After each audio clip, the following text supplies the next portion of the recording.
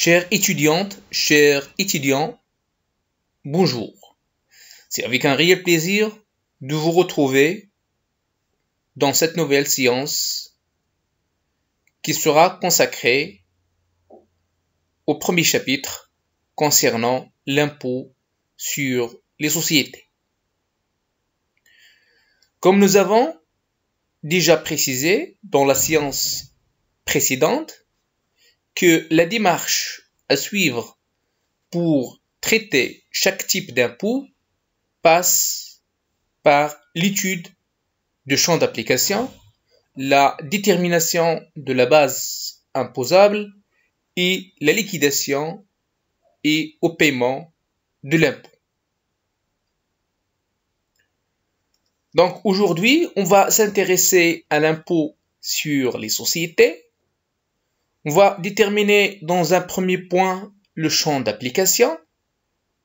Et lorsqu'on parle de champ d'application, on parle des personnes imposables, des activités imposables et le principe de la territorialité de l'impôt. Par la suite, on va déterminer la base imposable, la base du calcul de l'impôt, et on va analyser les déficits reportables, les sociétés qui réalisent des déficits antérieurs ont la possibilité de reporter ces déficits sur les exercices bénéficiaires.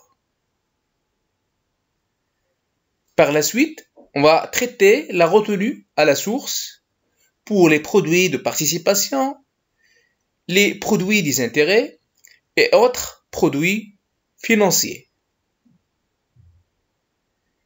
Et la dernière étape, c'est la liquidation et le paiement de l'impôt.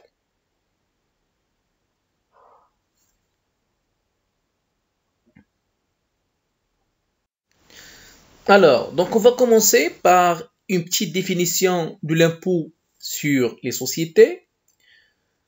Comme son nom l'indique, l'impôt sur les sociétés s'applique aux sociétés et aux personnes morales prévues par le Code général des impôts. Et selon l'article 1 de CGI, l'impôt sur les sociétés s'applique sur l'ensemble des produits, bénéfices et revenus prévus aux articles 4 et 8 de CGI, réalisés par les sociétés et autres personnes morales visées à l'article 2. Donc, l'impôt sur les sociétés s'applique sur les produits, les bénéfices et les revenus des sociétés et autres organismes prévus par l'article 2 du Code général des impôts. Donc, la question qui se pose, quels sont ces produits, ces bénéfices et ces revenus imposables, et quelles sont les sociétés qui sont soumises à l'IS, soit de plein droit, soit sur option. Alors, on distingue entre les personnes qui sont soumises de plein droit à l'IS et les personnes qui sont soumises à l'IS sur option. Donc, les personnes obligatoirement passibles de l'impôt sur les sociétés, c'est-à-dire qu'elles sont soumises de plein droit à l'IS. Et on a d'autres personnes qui sont passibles à l'IS sur option d'une façon irrévocable ou bien irréversible. C'est-à-dire qu'elles sont dans le régime de l'IR et elles ont l'option ou bien le choix d'être dans le régime de l'IS d'une façon irrévocable et irréversible. C'est-à-dire lorsqu'elles optent à l'IS, elles n'auront pas droit de revenir pour le régime de l'IR. Donc on a des personnes qui sont obligatoirement soumises à l'IS. Il s'agit généralement des sociétés de capitaux, sociétés anonymes, sociétés à responsabilité limitée, sociétés en commandite par action, etc. Et on a des sociétés qui sont soumises, c'est-à-dire elles sont dans le régime de l'IR et elles ont l'option, ou bien elles ont l'option d'être dans le régime de l'IS, mais d'une façon irréversible. Il s'agit des sociétés en nom collectif, des sociétés en commandite simple et les sociétés en participation sous, bien sûr, un certain nombre de conditions.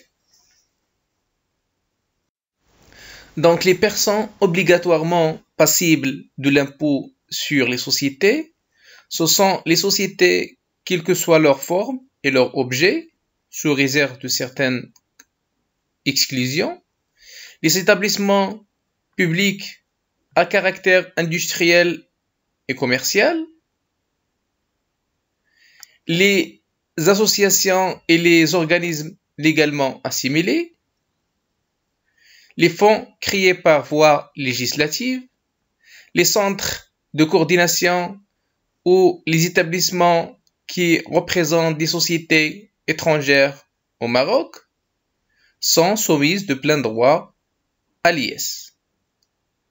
Donc pour les sociétés soumises de droit à l'IS, on a les sociétés anonymes, les sociétés en commandite par action, les sociétés à responsabilité limitée, les sociétés en nom collectif et les sociétés en commandite simple lorsqu'un ou plusieurs de leurs associés sont des personnes morales.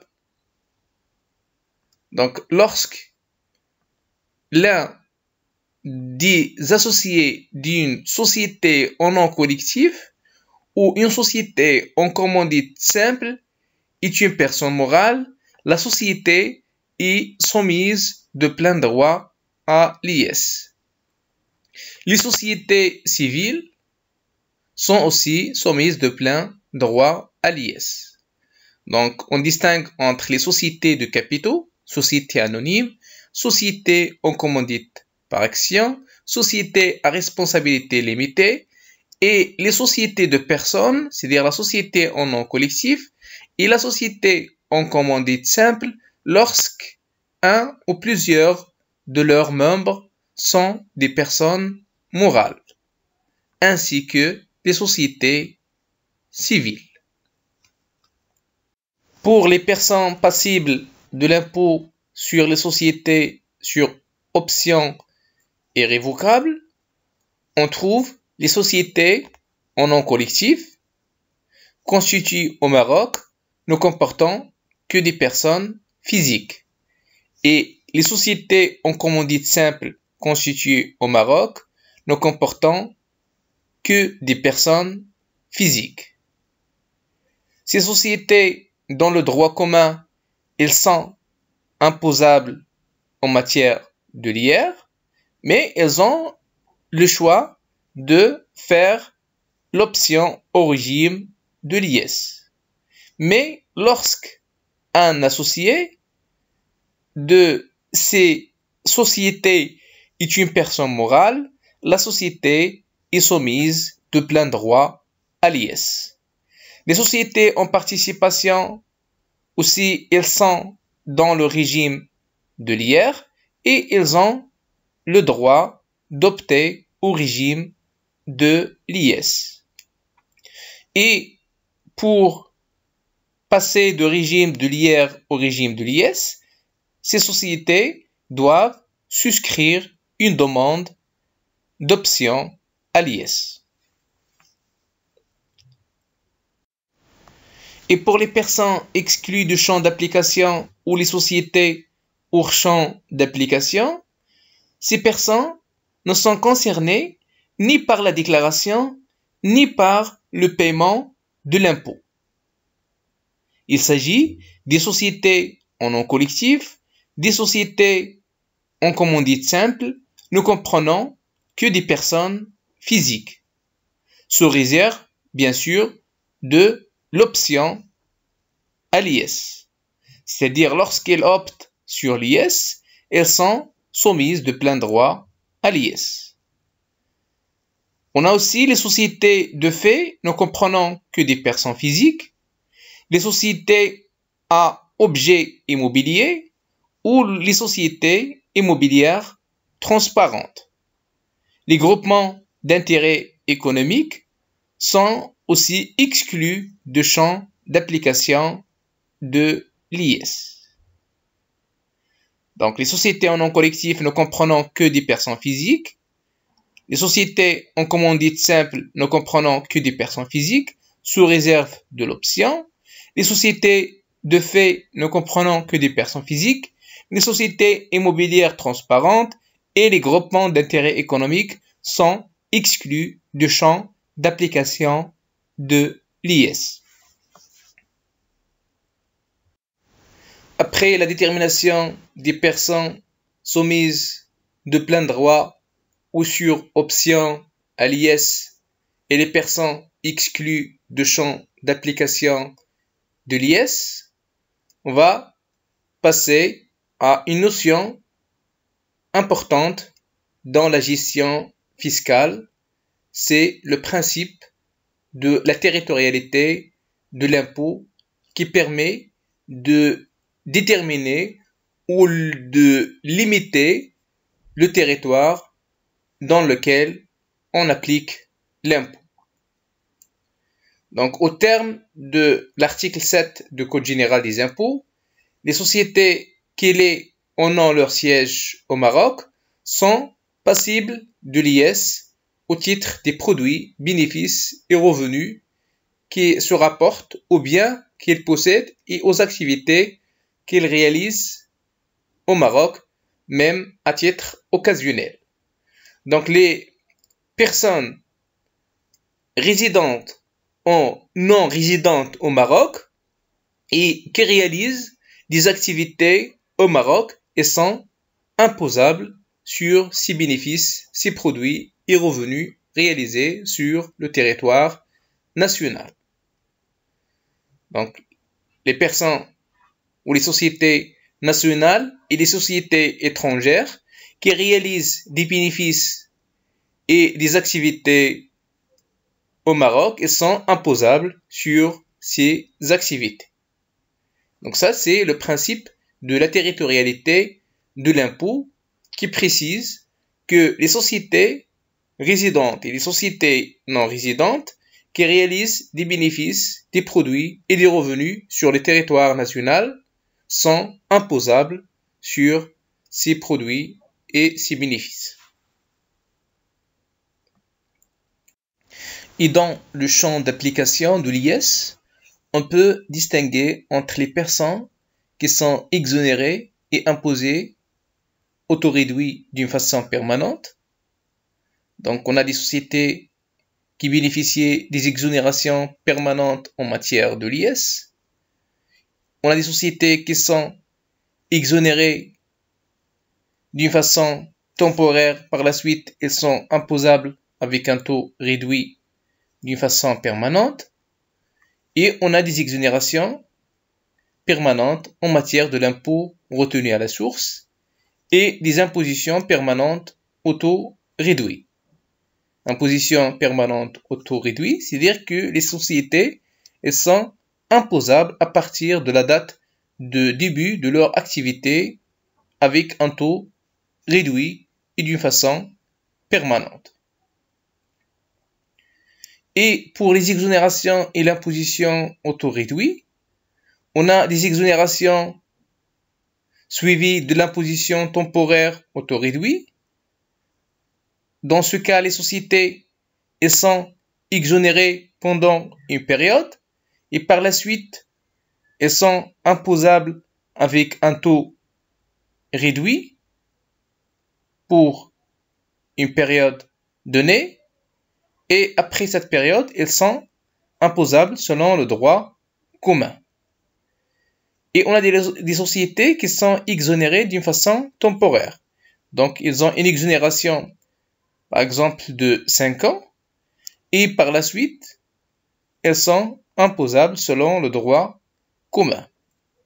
Et les impositions temporaires autoréduites, c'est-à-dire que la société elle est imposable avec un taux réduit à partir par exemple de la date de début d'activité et par la suite elle est soumise à l'IS de plein droit. Donc en matière d'exonération, on distingue entre les exonérations et impositions autoréduites permanentes et des exonérations et impositions autoréduites temporaires. Pour les exonérations permanentes, sont exonérés d'une façon permanente les associations et les organismes légalement assimilés à but non lucratif.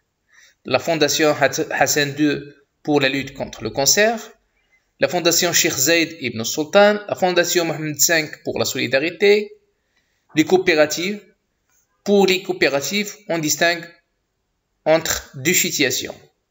Donc la première situation concernant les coopératives qui se limitent à la collecte de la matière première auprès des adhérents et à leur commercialisation.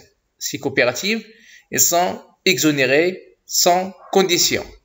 La deuxième situation, c'est les coopératives qui procèdent à la transformation de la matière première. Ces dernières sont exonérées sous condition de chiffre d'affaires. Les coopératives dont le chiffre d'affaires annuel est inférieur à 10 millions de dirhams, elles sont exonérées. Et les coopératives dont le chiffre d'affaires hors taxe est supérieur ou égal à 1 million ou bien à 10 millions de dirhams, elles sont taxables en matière de l'IS. Les organismes de placement collectif en valeur mobilière, les OPCVM, sont aussi exonérés. La société Salah Al-Jadida, les sociétés installées dans la zone franche du port de Tanger, les sociétés agricoles dont le chiffre d'affaires est inférieur à 5 millions de dirhams, hors taxe, et pour les sociétés dont le chiffre d'affaires est supérieur à 5 millions de dirhams, supérieur ou égal à 5 millions de dirhams, sont taxables en matière de l'IS. Et vous pouvez consulter la liste des exonérations dans l'article 6 du Code général des impôts. Et pour les exonérations suivies de l'imposition permanente au taux réduit, on entend par ça les sociétés exonérées pendant une période et au-delà de cette période, elles sont imposables avec un taux réduit. Il s'agit des sociétés exportatrices de produits ou de services. Donc pour les sociétés exportatrices, elles sont exonérées pendant les 5 premières années à partir de la date de la première opération d'exportation. Et au-delà de cette période de 5 ans, elles sont imposables avec un taux réduit de 17,5%. Les sociétés vendant à d'autres entreprises installées dans les plateformes d'exportation. Donc, pour le chiffre d'affaires à l'export, elles sont exonérées aussi pendant les 5 premières années et par la suite, elles sont imposables avec un taux réduit de 17,5%. Les sociétés hôtelières. Pour les sociétés hôtelières, elles sont exonérées sur le chiffre d'affaires en devise pendant les 5 premières années à partir de la première opération réalisées en devise et par la suite, pour ce chiffre d'affaires en devise, elles sont imposables avec un taux réduit de 17,5%. Les sociétés de services ayant le statut de Casablanca Finance City, elles sont exonérées pendant les 5 premières années et par la suite, elles sont imposables à partir ou bien elles sont imposables avec un taux réduit de 8,75%. Et pour l'imposition permanente au taux réduit, les sociétés minières exportatrices bénéficient d'une imposition au taux réduit de 17,5% à compter de la date de la première opération d'exportation. Bénéficiant également de cette imposition de taux de 17,5%, les sociétés minières qui vendent leurs produits à des entreprises qui les exportent après leur valorisation. Les sociétés installées de la province de Tanger. Avant 2016, elles sont imposées avec un taux réduit de 17,5, mais à partir de 2016, elles sont imposables selon le droit commun. Et pour l'exonération suivie de l'imposition temporaire au taux réduit, les sociétés installées dans les zones franches d'exportation sont exonérées pendant les 5 premiers exercices consécutifs à compter de la date du début de leur exploitation et de l'imposition au taux réduit de 8,75% pour les 20 exercices consécutifs suivants, et au-delà de cette période, ces sociétés sont imposables à l'IS selon des conditions de droit commun.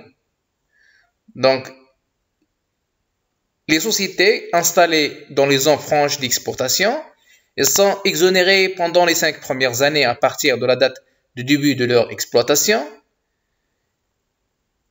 Et par la suite, elles sont imposables avec un taux réduit de 8,75%. Et au-delà de cette période, ces sociétés sont imposables selon les conditions de droit commun. L'Agence spéciale de Tanger Méditerranée bénéficie aussi des avantages accordés aux entreprises installées dans les zones franches d'exportation. Et pour l'exonération temporaire, les sociétés exploitant un centre de gestion de comptabilité agréé sont exonérées pendant une période de 4 ans suivant la date de l'obtention de leur agrément. Donc pour les centres de gestion de comptabilité, pour les cabinets de comptabilité, ils sont exonérés pendant les 4 premières années à partir de la date de l'obtention de leur agrément. Au-delà de cette période, elles sont imposables selon les conditions de droit commun. Et pour les impositions temporaires au taux réduit, bénéficier de cet avantage, les entreprises artisanales, c'est-à-dire elles sont imposées avec un taux réduit à partir de la date de début de leur exploitation, un taux réduit de 17,5%, et au-delà de cette période, elles sont imposables selon les conditions de droit commun. Les établissements privés d'enseignement ou de formation professionnelle, les sociétés sportives, les promoteurs, personnes morales au titre des revenus provenant de la location de cités, campus et résidences universitaires, les banques offshore, les sociétés holding offshore et les exploitations agricoles. Donc pour les sociétés agricoles qui deviennent imposables, elles sont imposées avec un taux réduit de 17,5% à partir de la date de premier exercice d'imposition.